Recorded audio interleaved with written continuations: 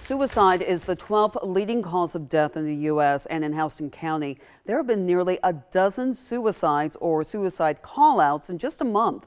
Kalisha Moore joins us in studio to discuss the alarming trend. That's right, Lori. And Houston County's District Attorney William Kendall says it's alarming. I spoke to a community consultant and a woman who says her life was never the same after losing a loved one to suicide. Fountain Park in Warner Robins was one of the last places Crystal Bird visited with her brother. We all were here there used to be a merry-go-round over there. It's no longer there. So this is like a special place. I've never had a bad moment here. It's been 12 years since she lost him to suicide.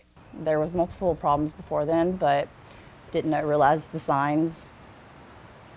But there are signs, even though some people say there's not. She says her brother was the same age as her father when he committed suicide. He was always against suicide.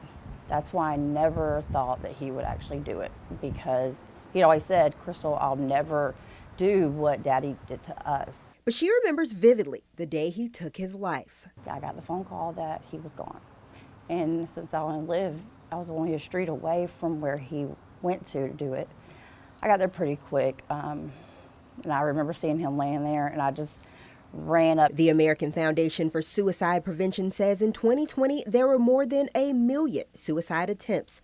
Betty George, a counselor, says knowing the signs is important. They may have ups, highs, lows, downs.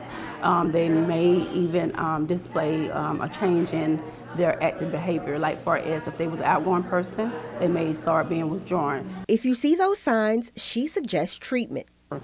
Kind of get them to go to their doctor so that they can be then guided to, mental health therapists, whether or not they need to do an acute assessment. They may even need inpatient treatment. Bird says with her experience, she always encourages people to reach out for help. Just please get some help, because when, you're gone, everyone else has got to feel that pain for the rest of their life, and it's just going to continue if it doesn't stop. George says the signs in children may be different and some children may show anger. She told me the surviving families usually feel like suicide can be prevented. Now, the American Foundation for Suicide Prevention says on average there are 130 suicides a day.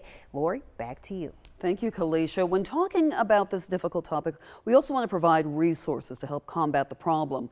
River Edge Behavioral Health Center has locations across Central Georgia.